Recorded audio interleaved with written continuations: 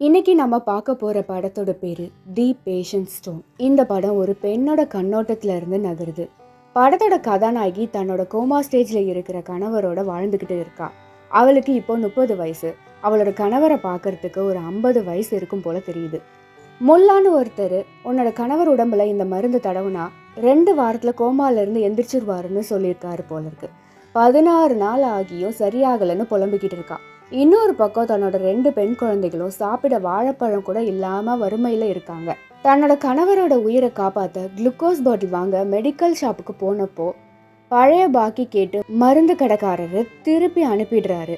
குளுக்கோஸ்க்கு பதிலாக தண்ணியில உப்பு சர்க்கரையும் கலந்து தன் கணவரோட வாயில டைரக்டா டியூப் வழியா செலுத்துறா. தன்னோட கணவர் மறுபடியும் இயல்பு நிலைக்கு திரும்பணும்னு கடவுள்கிட்ட வேண்டிக்கிறார். தன்னோட 2 குழந்தைகளும் அப்பாவோட வாயில இருந்து டியூபை வெளியில எடுத்து விளையாடிட்டு இருக்கிறத பார்த்துட்டு உங்களுக்கு ஒன்றும் ஆகலைல்ல அப்படின்னு பதறி போய் செக் பண்றா. இந்த படம் ஆப்கானிஸ்தான்ல போர் நடந்துட்டு இருக்கிற மாதிரியான காட்சிகள் நிறைந்த ஒரு படம். ஒரு நாள் எதிரிகள் தாக்க வந்த ஒரு சமயத்துல அக்கம் பக்கத்துல இருக்கிற எல்லாரும் சுரங்கத்துல போய் பதுங்கி இருக்காங்க. தன்னோட குழந்தைகளை அந்த சுரங்கத்துல கொண்டு போய் விட்டுட்டு கதாநாயகி அவளோட கணவர் கூடயே தங்கிடுறா. நாளடைவுல தன்னோட கணவர்கிட்ட மனசு விட்டு பேச ஆரம்பிக்கிறா. கோமால இருக்கிறதுனால அவளால என்ன வேணாலும் மனசு விட்டு பேசலாம். அவரால் எதுவும் ஜட்ஜ்மெண்ட் பண்ண முடியாது. ஆரம்பத்துல தன்னோட பண கஷ்டம், குழந்தைகள் பற்றி, அவளோட பயம், தனிமையை பற்றி பேசுறா.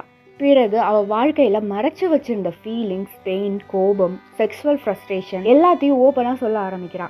கதாநாயகி தன்னோட கல்யாணத்தப்போ கூட கணவனோட போட்டோவை வச்சுதான் திருமணம் பண்ணியிருப்பா. அவரு கல்யாணத்தை அன்னைக்கு கூட போர் செஞ்சதா சொல்லி கணவர்கிட்ட புலம்புறா. கதாநாயகி அவளோட கணவர்கிட்ட, நீங்க இந்த நேரம் உயிரோட இல்லைன்னா உங்க தம்பிகள்ல ஒருத்தன் என்ன கல்யாணம் பண்ணியிருப்பான். ஒரு நாள் அவன் கதாநாயகி குளிக்கும் போது பார்த்ததாக கணவர்கிட்ட சொல்றா. திருமணமாகி பல நாள் கழிச்சு தான் தன்னோட கணவரை மீட் பண்ணினதாகவும் ரொம்ப எக்ஸைட்மெண்ட்டோட இருந்ததாகவும் சொல்றா. ஆனா அவளோட கணவர் இவளை பத்தின யோசனையே இல்லாம முழுக்க முழுக்க போரை பத்தின சிந்தனையோட இருந்ததாக சொல்லி கணவரை திட்டி புலம்புறா.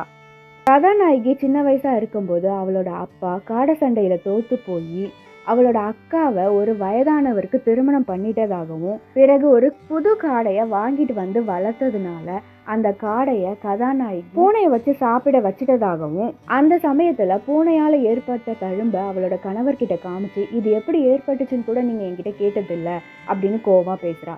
இது வரைக்கும் இந்த மாதிரியான ரகசியங்களை நான் யார்கிட்டயுமே சொன்னதில்லை, நான் ஏன் உங்ககிட்ட சொல்றேன் அப்படின்ற பயத்தோட அவர் வாயில இருந்த சக்கரை தண்ணியை எடுத்து விட்டுட்டு அவளோட ஆன்டியை பாக்குறதுக்காக போயிடுறா. தான் கணவர்கிட்ட எல்லாத்தையும் ஷேர் பண்ற விஷயத்த ஆன்டி கிட்ட போய் சொல்றா. தன்னோட மனசுல இருந்த எல்லா சுமையையும் தன் கணவர்கிட்ட சொன்னதையும் சொல்றா.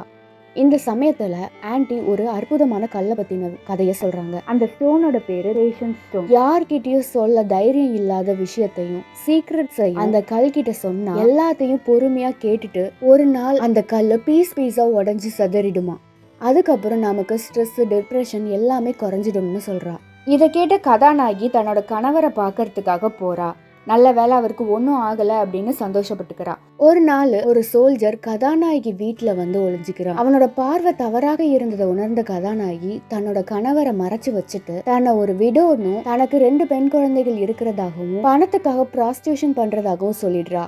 அப்படி சொன்னாதான் அவனுங்க கிட்ட இருந்து தப்பிக்க முடியும்னு சொல்றான். இந்த சோல்ஜர் கிட்ட பேசிட்டு இருந்த எல்லா விஷயத்தையும் கதவுக்கு வெளியில நின்னுட்டு இருந்த ஒரு யங் சோல்ஜர் கேட்டுட்டு அடுத்த நாள் வந்து கதாநாயகிய வலுக்கட்டாயமா ரேப் பண்ணி அவளுக்கு பக்கத்துல நிறைய பணத்தையும் போட்டுட்டு போயிடுறான். கதாநாயகி அவளுக்கு நடந்ததை நினைச்சு ரொம்ப கஷ்டப்பட்டு அழுகுறா. அதை தாங்கிக்க முடியாம வருத்தப்படுறான். அந்த பையனுக்கு இதுதான் முதல் முறை இன்னும் புரிஞ்சுக்கிறான். அவன் கொடுத்த பணத்தை வச்சு கணவருக்கு குளுக்கோஸ் பாட்டில், குழந்தைகளுக்கு தண்ணி, உணவு எல்லாமே வாங்கிக்கிறான். அந்த யங் சோல்ஜர் அடுத்த நாளும் அவளோட வீட்டை நோக்கி வரான். கதாநாயகி அவனை அவளோட ரூமுக்கு கூட்டிட்டு போறா. ஆனா இந்த முறை ரொம்ப சந்தோஷமா இருக்கா. கண்ணாடியை பார்த்து சிரிக்கிறா.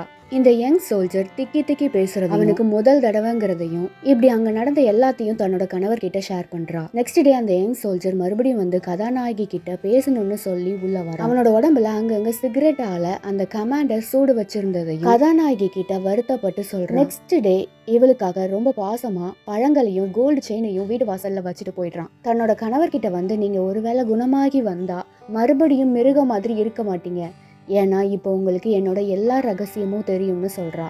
இப்போ கதாநாயகி தன்னோட கணவர்கிட்ட ஒரு பெரிய உண்மையை சொல்றா. அதாவது 2 குழந்தைகளும் அவரோடது இல்லையாம். கல்யாணம் ஆனப்போ அவளுக்கு குழந்தைகள் பிறக்க தாமதம் ஆனதுனால கணவரோட அம்மா அவருக்கு வேற பொண்ணு திருமணம் செய்து வைக்க பிளான் பண்ணிட்டதுனால அவளோட ஆன்ட்டி கொடுத்த ஐடியாவை வச்சு ஒரு டார்க் ரூம்ல கண்களை கட்டப்பட்ட நிலையில ஒரு ஆண் கூட சேர்ந்து பிரெக்னென்ட் ஆனதா சொல்றா. அது மட்டும் இல்லாம அந்த ஆண் ஒரு யங் அண்ட் ஸ்ட்ராங் மேன்னு சொல்றா. ரெண்டாவது குழந்தைக்கு சேம் மேனானு தெரியல. அது ஒரு டார்க் ரூம்னு சொல்லும் போதே அவளுடைய கணவர் கோமால இருந்து எழுந்துட்டு இருக்காரு. அவரை பார்த்த கதாநாயகி நீங்க உயிரோட வந்துட்டீங்களா அப்படின்னு சொல்றா. ஆனா உண்மை எல்லாத்தையும் தெரிஞ்சுக்கிட்ட அவளுடைய கணவர் அவளை கழுத்தை நெரிச்சு கொல்ல பாக்குறாரு. கதாநாயகி நான் தான் உங்களை உயிரோட கொண்டு வந்தேன், உங்களோட அம்மா தம்பி எல்லாரும் உங்களை விட்டுட்டு போயிட்டாங்கன்னு சொல்றா. கதாநாயகி தன்னை காப்பாத்திக்கிறதுக்காக பக்கத்துல பாதுகாப்புக்காக வச்சிருந்த கத்திய வச்சு தன்னோட கணவனை கொன்னுடுறா. அந்த சமயத்துல அந்த யங் சோல்ஜர் வந்து பாக்குறா. கதாநாயகி கண்ணுல கண்ணீருடனும் உதட்டுல புன்னகையோடையும் அவனை பாக்குறா. இதோட கதையை முடிக்கிறாங்க. வீடியோ பிடிச்சிருந்தா லைக் அண்ட் ஷேர் பண்ணுங்க. இந்த மாதிரி இன்ட்ரெஸ்டிங் வீடியோஸ்க்கு சப்ஸ்கிரைப் பண்ணி சப்போர்ட் பண்ணுங்க மக்களே. தேங்க்யூ.